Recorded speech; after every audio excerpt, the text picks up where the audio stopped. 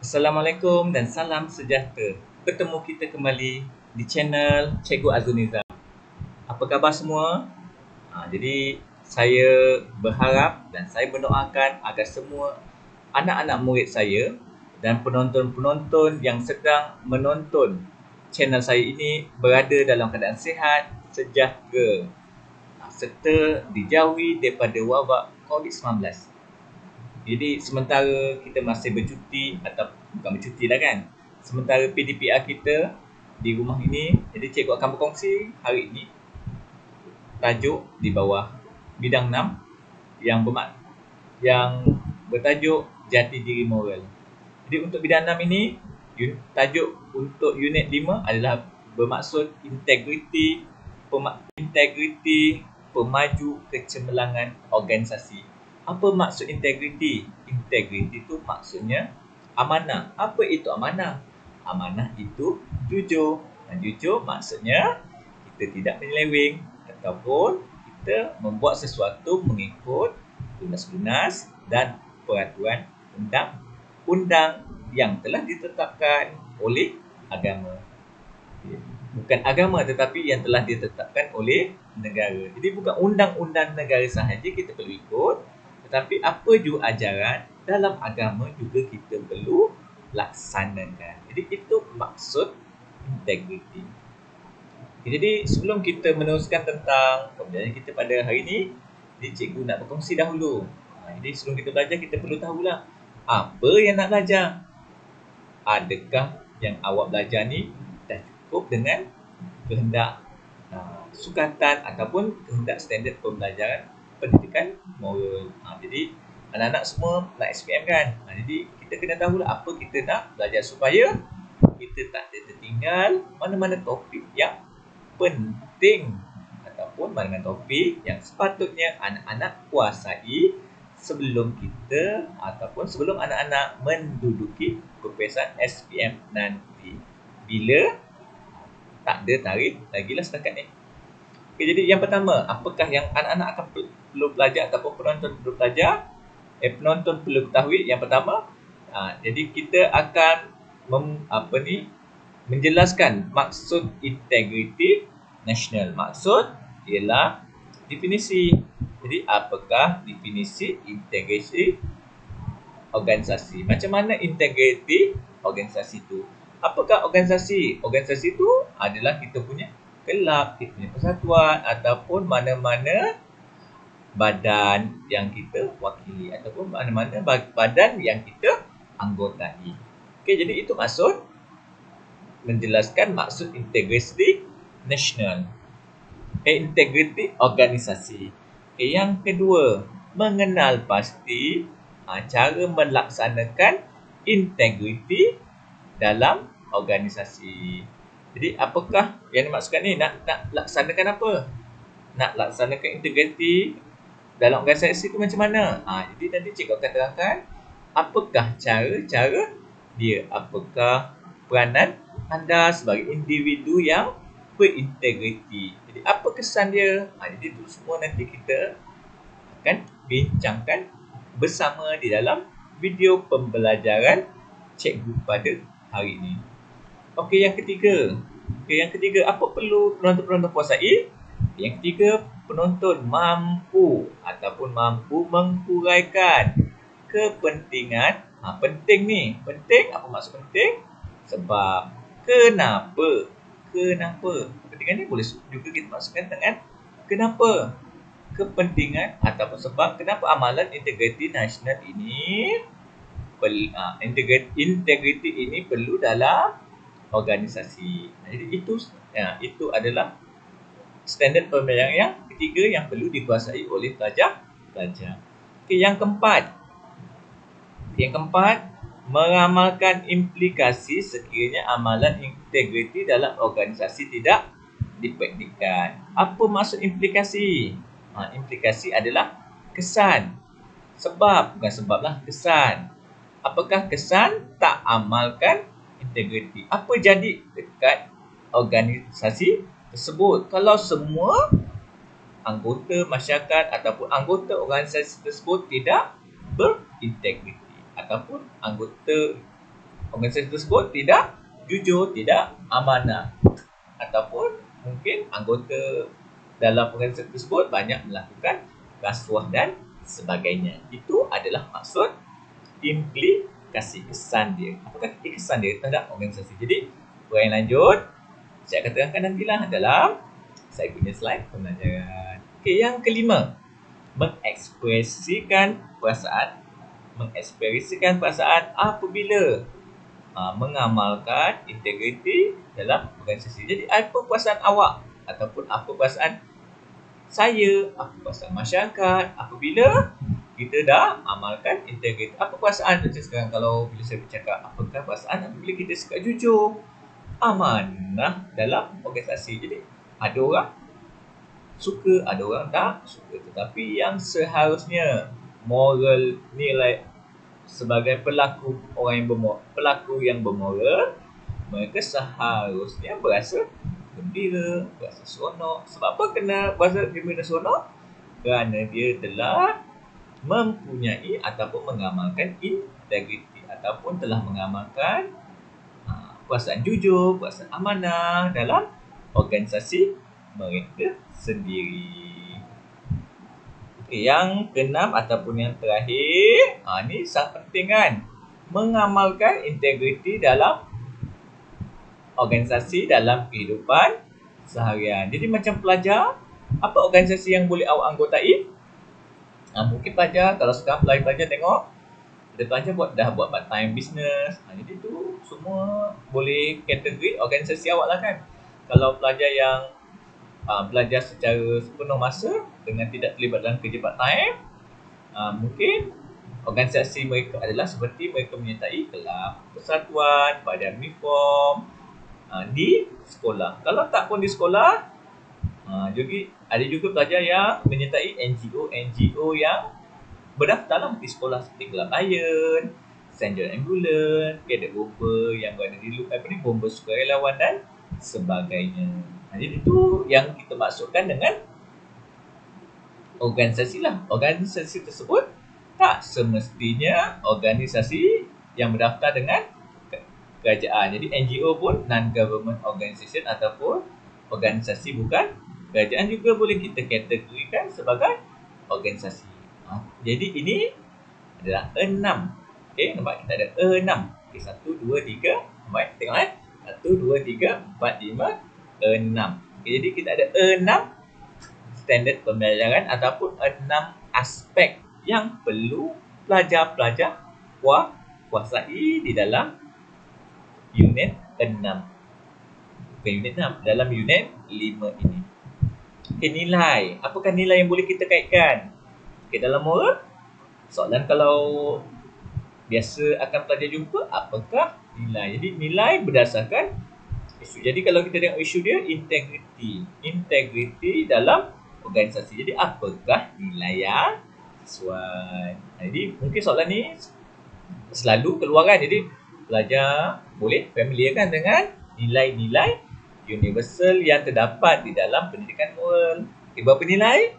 Okay, kita ada 18 nilai. Jadi 18 nilai ini perlu pelajar ingat, perlu pelajar hafal. Ingat dan hafal. Kerana nilai, kalau selama ni, kalau soalan tu dah ada soalan tu straight to forward ataupun terus kepada kehendak soalan, apakah nilai yang seharusnya diamalkan oleh ahli? Apakah nilai yang sepatutnya diamalkan oleh Abu Amin? Abu Amin tak ambil moral. Yang ambil adalah Aseng, Chong, Fiona dan sebagainya. Mutu, Sylvester dan sebagainya. Itu yang ambil moral. Jadi apakah nilai yang sepatutnya diamalkan oleh pelajar-pelajar ini? Yang pertama, kita ada nilai kejujuran. Jujur. Jangan salah.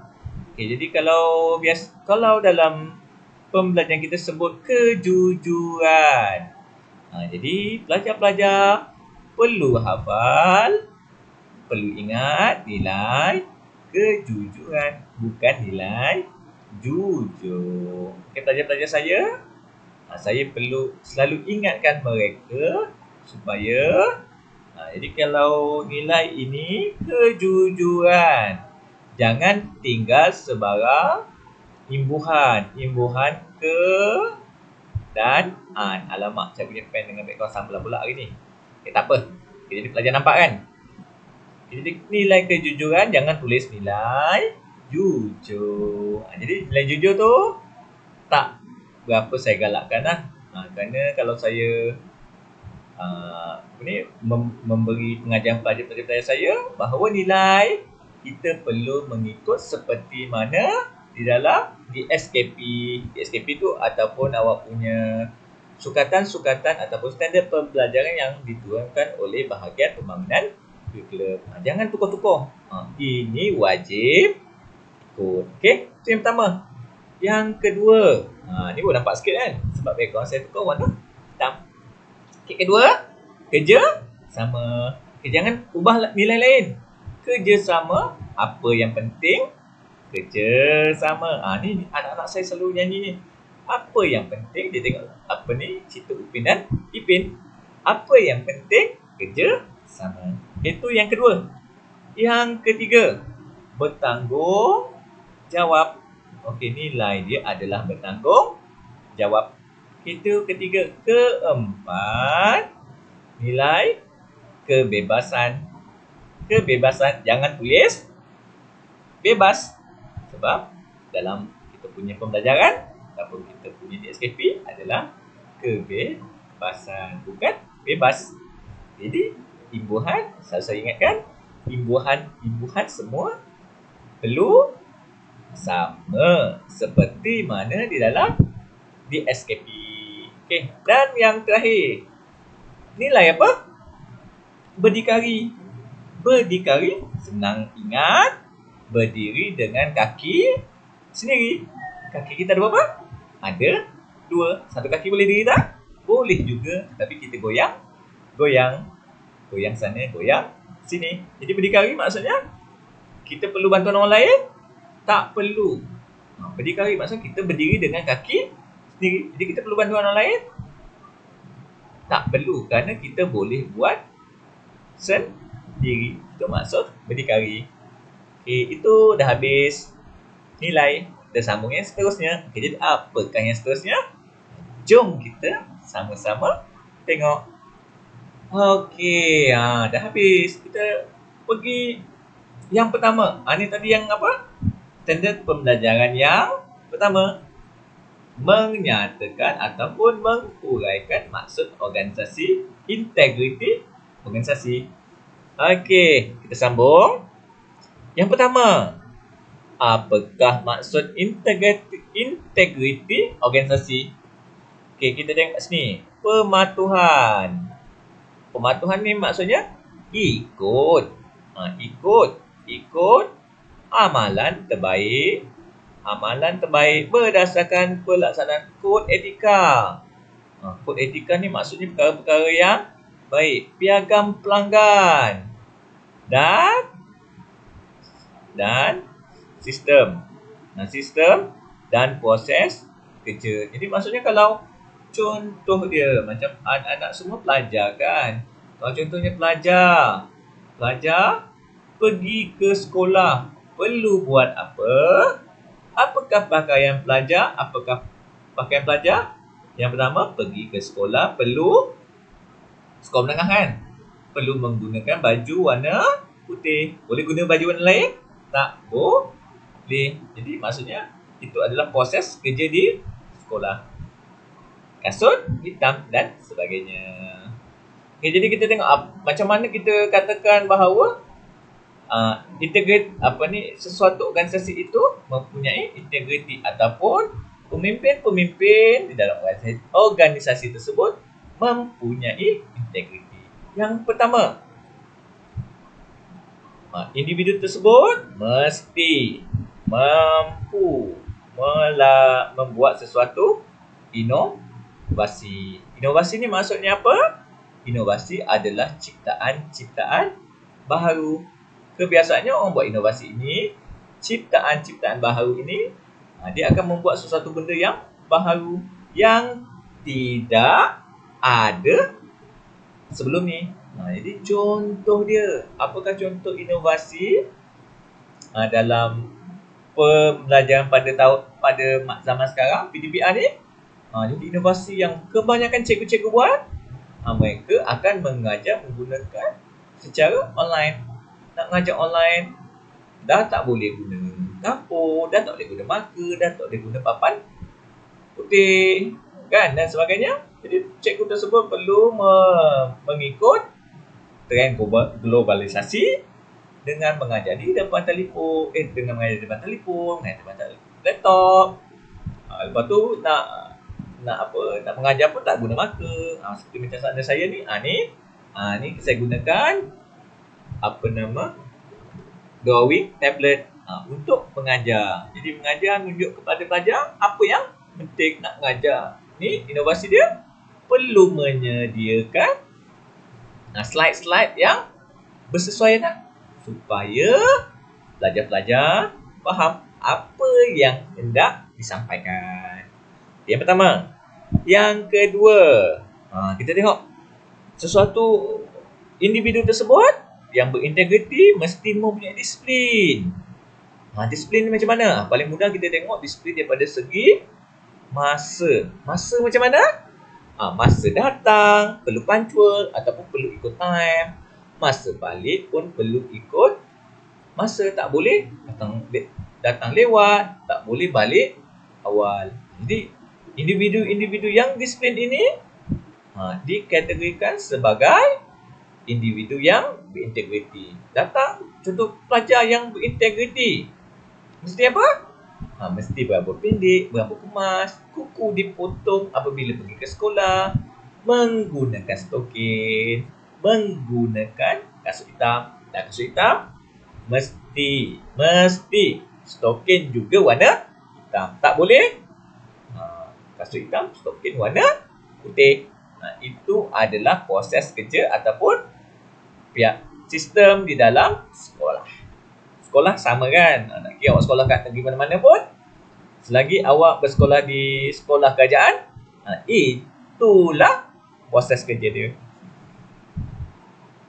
Yang ketiga,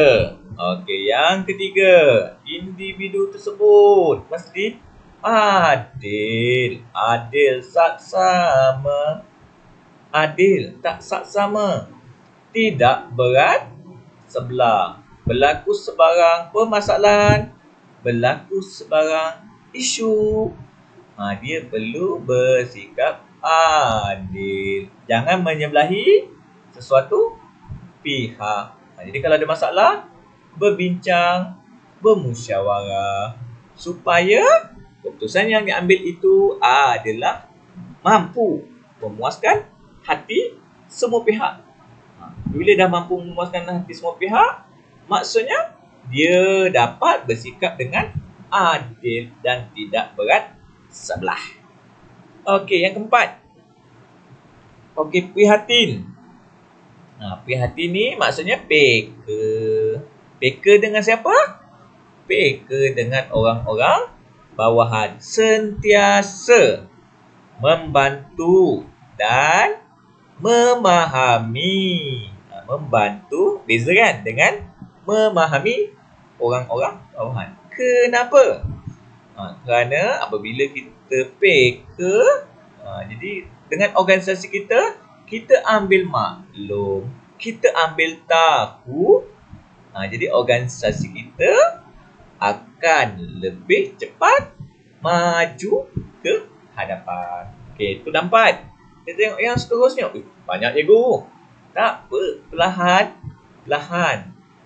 kita fahamkan satu-satu.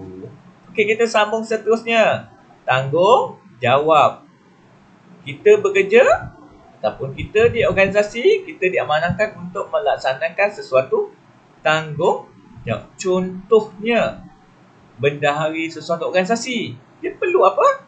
Dia perlu ada amanah, dia perlu adil, dia perlu mendengar kata-kata pengusi, mendengar pendapat daripada ahli dia ataupun ahli jawatan kuasa dia dalam mengeluarkan sesuatu perbelanjaan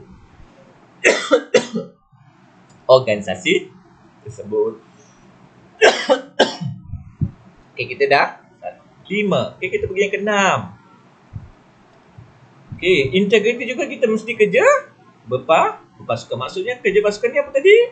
Kerja sama, tak boleh tak boleh kerja lone ranger. Lone ranger tu macam mana? Kerja seorang ataupun one man show. Jadi kerja tu baru namanya organisasi. Kalau semua kita buat seorang, tu bukan organisasi lah. Itu adalah individualistik ataupun kita bekerja secara seorang-seorang. Jadi tak perlulah wujud organisasi kan. Kalau nak wujud organisasi, kita mesti kerja berpasukan. Berat sama dipikul, ringan sama dijinjing. Itu baru betul-betul konsep organisasi yang sewajarnya.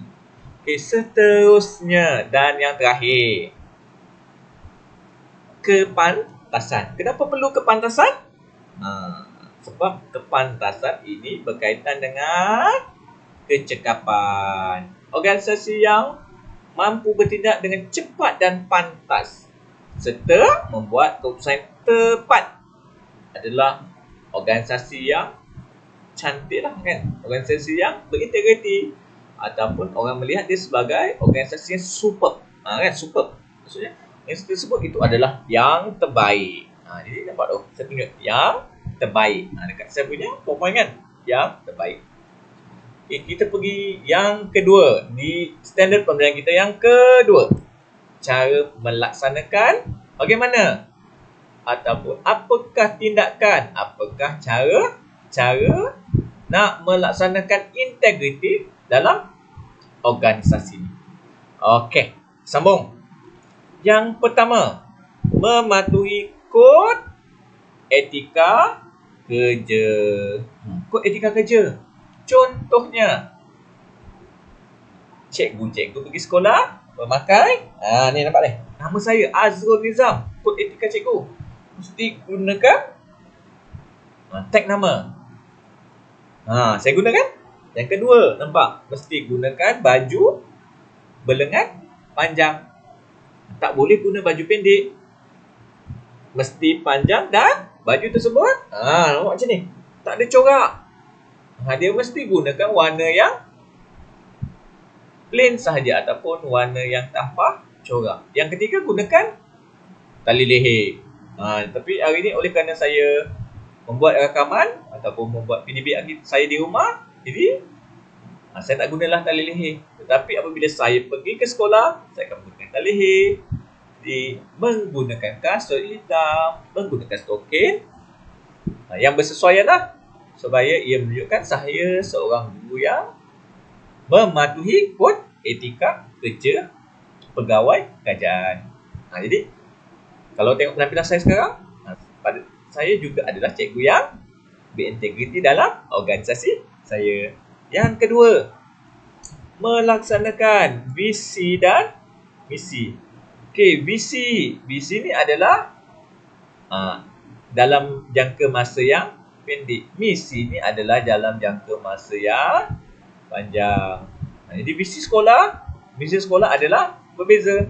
Jadi misi sekolah sebenarnya kita nak mencapai ITR yang telah ditetapkan oleh pihak sekolah. Itu misi kita dalam mengajar, supaya semua pelajar-pelajar kita mendapat grade yang cemerlang di dalam peperiksaan SPM nanti. Yang ketiga, mengelakkan penyelewengan kerja.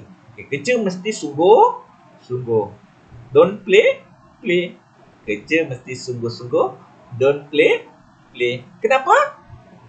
Kerana apabila kita kerja sungguh-sungguh, jadi output ataupun hasil yang kita akan dapat adalah output yang terbaik. Okey, itu output kita. Bukan saja output yang kita dapat itu terbaik, dalam masa yang sama juga pelajar juga akan lebih menghormati cikgunya lah kan. Dia hormat sebab apa? Sebab cikgunya. Dia sayang, bukan saja hormat, tapi dia sayang. Jangan cinta, tetapi sayang dah. Cukuplah, jangan cinta kat cikgu. Cikgu Jangan bercinta dengan cikgu kan. Tapi sayang kat cikgu tak apa. Bukan sayang membuat perkataan sewajarnya, tapi maksudnya kita sayang cikgu sebab cikgu tersebut telah melaksanakan kerja dengan terbaik. Okay, yang keempat. Okay, ini keempat. Melaksanakan program kesedaran, memerangi jenayah, rasuah, penyelewengan dan salah guna kuasa. Jadi saya rasa penonton-penonton ataupun pelajar-pelajar, cikgu-cikgu akan fahamlah maksud ni. Memerangi rasuah. Kenapa rasuah? Kenapa perlunya perang rasuah? Kerana rasuah boleh melemahkan sesuatu organisasi. Rasuah boleh meruntuhkan sesuatu organisasi. Rasuah boleh menyebabkan perkara-perkara yang tidak elok. Orang yang susah tak dibantu. Itu adalah rasuah. Yang keempat. Yang kelima. Memperkukuh dan menguatkuasa semua peraturan dan undang-undang dalam organisasi. Jadi ikut peraturan, ikut undang-undang, ikut cakap ketua. Ikut cakap ketua. Kalau pergi sekolah, anak-anak perlu ikut cakap siapa?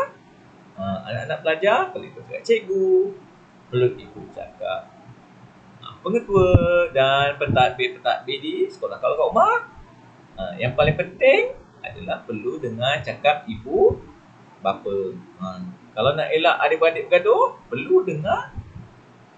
Bukan perlu dengar, tetapi perlu bertoleransi antara adik-beradik. Okay, dan yang terakhir, organisasi tersebut perlu mengiktiraf pencapaian serta memberikan penghargaan kepada warga kerja yang berintegriti. Jadi kalau bos kan ataupun ketua dia tengok pelajar datang awal sentiasa, nak hargai pelajar dia. Dia bagi sijil, dia bagi hadiah pada pelajar-pelajar ini. Sebab apa? Sebab pelajar ini sentiasa berintegriti. Jadi kalau cikgu-cikgu yang berintegriti, apa pengetua bagi? Kadang-kadang pengetua bagi hadiah. Kalau daripada kerajaan memberikan anugerah perkhidmatan cemerlang. Tujuan dia supaya semua cikgu berlumba-lumba bekerja bersungguh-sungguh ataupun yang terbaik demi anak murid. Bukan saja demi anak murid, tetapi demi untuk kemajuan negara. Itu yang paling penting sekali. Okey, kita sambung seterusnya. Ni kita dah pergi ke mana? Jadi kalau pelajar tengok balik tadi, kalau pelajar buat nota tau. Jangan tak buat. Jadi nanti awak apa yang saya cakap ni, ataupun apa yang telah saya sampaikan ni, tak ada dalam slide kan. Slide yang telah awak tengok ataupun sedang awak tonton ini. Jadi boleh tambah-tambah lah. Ni yang keberapa? Ni tadi yang ketiga. Standard yang ketiga, kepentingan amalan integriti dalam organisasi. Apakah sebab kenapa perlu? Apakah sebab kenapa perlu integriti ini? Kenapa perlu integriti dalam organisasi? Kita pergi sebab yang pertama. Sebab yang pertama, kita ini menilai sesuatu kelakuan atau tindakan dengan pertimbangan yang rasional. Kenapa? Supaya keputusan yang cekap dan pantas dapat diambil. Itu sebab yang pertama. Sebab yang kedua, di sini, ni jangan salah tengok. Tengok di sini pula. Meningkatkan sensitivity dan accountability. Accountability maksudnya tadbir urus yang adil. Jadi kalau belajar ambil akaun, apa awak belajar? Awak perlu seimbangkan akaun awak kan, antara dalam setiap ledger tu kan, antara duit masuk dengan duit keluar. Tak boleh duit masuk lebih banyak daripada duit keluar, ataupun duit keluar lebih banyak daripada duit masuk. Kat situ kalau tak berlaku ketidakseimbangan ataupun tidak berlaku accountability, maksudnya akaun awak tak stabil lah, tak ikut syarat yang sepatutnya. Jadi bila tak ikut syarat, daripada situ orang luar baca bahawa mungkin ahli-ahli dalam organisasi tersebut mengambil rasuah. Okey, yang seterusnya, di mana ahli organisasi yang bertanggungjawab dan komited dapat dilahirkan. Kenapa dapat, macam mana nak lahirkan? Dengan setiap ahli mempunyai accountability dalam organisasi mereka. Okey, ni yang ketiga. Okey, menunjukkan tingkah laku yang beretika dalam organisasi. Di mana bila kita tunjuk tingkah laku yang beretika, kita akan mematuhi etika organisasi. Jadi etika ni saya dah sebut tadi kan. Jadi contohnya etika organisasi, kita pelajar-pelajar perlu datang awal ke sekolah, pelajar perlu balik mengikut masa. Jangan ponteng-ponteng, jangan hilang kan suatu PDP. Jangan apa lagi? Jangan tak buat kerja dan sebagainya. Okey, yang keempat. Laju pusing dia data saya tu. Bukan data pusing kan. Dia punya PowerPoint tu nak keluarkan data pusing dia. Perlahan supaya pelajar menunggu kan. Dia tunggu apa cikgu nak tulis kan, ataupun apa cikgu nak sampaikan. Okey, yang keempat, memudahkan pengurusan sumber manusia yang berkualiti dalam organisasi. Ni tadi macam setiap ketua perlu menghargai ahlinya. Di mana ni saya dah sebut, setiap ahli organisasi akan lebih dihargai. Bila kita lebih dihargai, kita akan sentiasa bermotivasi. Bukan sahaja sentiasa bermotivasi, tetapi lebih komited untuk melaksanakan sesuatu tugas. Kita sambung kepentingan yang kelima. Okey, memperolehi keyakinan orang lain. Ini penting kan? Orang percayakan kita. Bila orang percayakan kita, kepuasan pelanggan dapat ditingkatkan. Jadi bila kepercayaan itu makin tinggi, mudah untuk kita urusan. Bukan sahaja dalam satu perkara, tetapi dalam banyak perkara. Kerana dalam contoh yang lain, contohnya daripada segi aspek perniagaan, kita kalau nak cepat lebih banyak keuntungan, kita perlu mendapat kepuasan pelanggan yang tinggi. Jadi kalau pelanggan puas hati kita, pelanggan akan datang semula kan. Nak puaskan hati pelanggan, contohnya kedai makan, apa dia buat? Dia masak sedap-sedap. Lepas tu menu yang dihasilkan juga yang viral. Yang viral ni ramai akan pergi. Bukan saja yang viral, tapi kalau viral datang tak sedap, kita dah tak pergi lagi kan. Tapi yang penting adalah masak sedap. Dan menu tu mampu memenuhi cita rasa pengguna, mereka yang makan. Okey, yang keenam, membentuk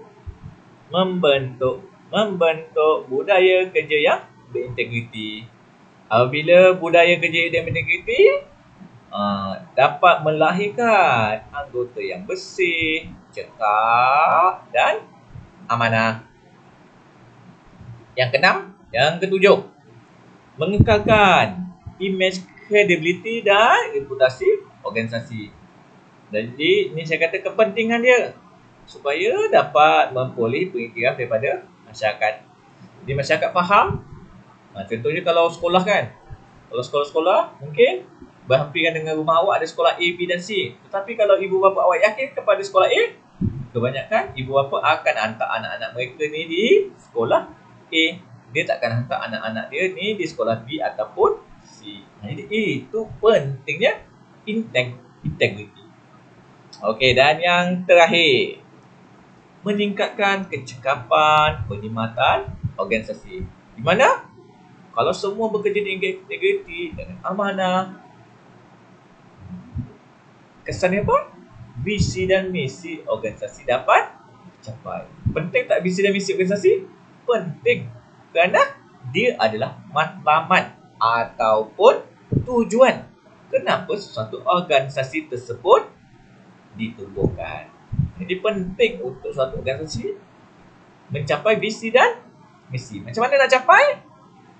Nak capai mesti anggota-anggota masyarakat ataupun anggota-anggota ahli dalam organisasi tersebut bersikap integriti.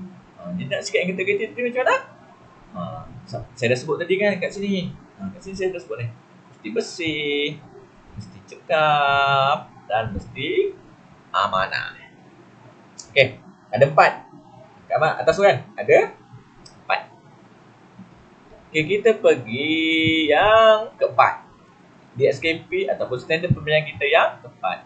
Okey, dekat halaman ini kita ada 4. Implikasi. Implikasi adalah kesan. Kesan ni biasanya positif ke negatif? Kalau integriti ni amanah kan. Jadi maksudnya apakah kesan tak amanah? Ataupun bahasa standard dia, bahasa Melayu ni, apakah implikasi? Implikasi, kesan. Integriti adalah tidak jujur, tidak amanah, tidak cekap, tidak melaksanakan kerja yang sepatutnya. Itu maksud integriti. Kita tengok kesan yang pertama ataupun implikasi pertama. Pelanggan hilang kepercayaan. Macam tadi kan saya cakap, masak tak sedap, kedai makan. Pelanggan tak datang lagi. Pelanggan sekarang, dia cari makanan yang sedap, tetapi dia nak cari harga yang murah. Terutamanya apabila kita dilanda COVID-19 kan. Jadi ramai orang hilang pendapatan. Jadi bila hilang pendapatan, dia kena berjimat lah kan. Berjimat salah satunya, itulah dia akan mencari barang yang lebih murah tetapi kualiti yang terbaik. Okey, yang kedua, sikap individualistik. Individualistik mengatasi kerja pasukan. Saya dah kata, organisasi ni wujud kerana kerja sama ataupun kerana wujudnya ramai orang dalam organisasi tersebut. Kalau nak kerja seorang-seorang dalam organisasi, tak perlulah masuk organisasi tersebut. Baik kerja seorang, tak payah masuk. Kalau awak rasa awak hebat sangat, awak mampu melakukan sesuatu tugas dengan baik, tak payah masuk organisasi. Tak perlu masuk organisasi. Jadi buat seorang untuk lebih menonjolkan ataupun untuk melihatkan kehebatan awak sendiri. Okey, yang ketiga, gejala negatif dalam masyarakat meningkat. Dan yang keempat, mutu kerja atau perkhidmatan merosot. Ini tadi saya dah sentuh kan, dekat slide sebelum ni. Sama juga, ini adalah kontra dia. Tadi ni kesan, tadi bagaimana. Yang kelima, menjatuhkan imej ataupun maruah ataupun air muka sesuatu organisasi. Sebab apa? Orang dah lari jauh-jauh daripada organisasi tersebut. Kenapa dia lari? Kerana organisasi tersebut tidak berintegriti ataupun organisasi tersebut banyak ambil rasuah dan sebagainya. Itu yang kelima. Kita sambung yang keenam. Okey, mendatangkan kerugian kepada organisasi. Sebab apa? Kenapa rugi? Sebab misi dan visi organisasi tidak capai. Sebab apa tak capai? Sebab pekerja tidak memberikan ataupun tidak menunjukkan perkhidmatan yang berkualiti ataupun tidak memberikan output yang sepenuhnya. Itu maksudnya kerugianlah kepada organisasi tersebut. Yang ketujuh, pelabur hilang kepercayaan terhadap organisasi. Dan yang terakhir, wujud budaya yang tidak berintegriti dalam organisasi. Jadi perkara-perkara negatif ni akan wujudlah. Sebab apa? Sebab organisasi tersebut tidak berintegriti. Jadi dia akan menjadi suatu wabak ataupun virus ataupun menjadi suatu budaya yang tidak elok dalam organisasi tersebut. Okay, untuk yang lahir, perasaan. Bagaimanakah perasaan anda? Bagus ke tak integriti ni? Bagus integriti ni. Yang tak bagus apa? Orang yang mengambil rasuah. Itu dah masuk dalam standard pembelajaran yang keenam, mengamalkan. Apabila saya bercerita ni tentang isu, tadi ada isu rasuah, ada isu kedai makan, ada isu di sekolah dan sebagainya.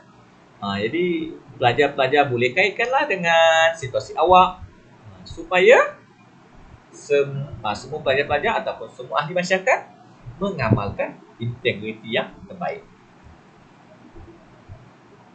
Jadi saya rasa itu sahaja pembelajaran kita untuk hari ini bagi unit 5. Unit 5, integriti pemaju kecemerlangan organisasi. Jadi saya rasa cukup saja penerangan saya pada hari ini.